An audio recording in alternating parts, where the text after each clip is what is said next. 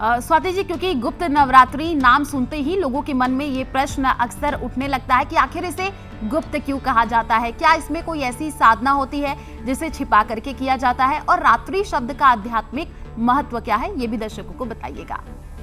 देखिए, सबसे पहले गुप्त शब्द का सही अर्थ समझना बहुत ज़रूरी है, क्योंकि गुप्त का मतलब छिपाना नहीं, बल्कि जो भीतर घटित हो रहा है। गुप्त नवरात्रि आत्म जागरण का है, आत्म परिवर्तन का है और आध्यात्मिक चेतना को जागृत करने का ये कालखंड बनता है। इसलिए यहाँ साधना का केंद्र बाहरी प्रदर्शन नहीं, बल्कि अपने भीतर उतरना है। इसी कारण आषाढ़ और मास में आने वाली नवरात्रियों को गुप्त नवरात्रि कहा जाता है।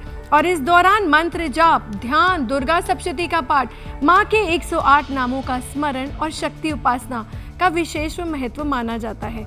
अब यदि रात्रि की बात करें तो आपने देखा है कि चैत्र और शारदीय नवरात्रि में भी लोग रात भर जागरण करते हैं, भजन करते हैं, कीर्तन करते हैं। वहाँ भी रात्रि होती है, लेकिन उसका स्वरूप अधिक उत्सव और सामूहिक आराधना से जुड़ा हुआ होता है। वहीं गुप्त नवरात्रि में रात्रि के समय आप मंत्र जाप करते हैं, ध्यान और चेतना को उठाने की प्रक्रिया में रहते हैं, जागृत करते हैं। इसलिए यहाँ रात्रि केवल जागने के लिए नहीं, बल्कि जगाने का अर्थ को दिखाती है। यही कारण है यदि शारदीय, यदि चैत्र नवरात्रि माँ शक्ति का उत्सव है, तो गुप्त नवरात्रि उसी शक्ति का अनुभव है। ये हमें देवी की पूजा के साथ साथ उस शक्ति को अपने भीतर पहचानने और जागृत करने की प्रेरणा देती है। यही गुप्त नवरात्रि का वास्तविक संदेश है।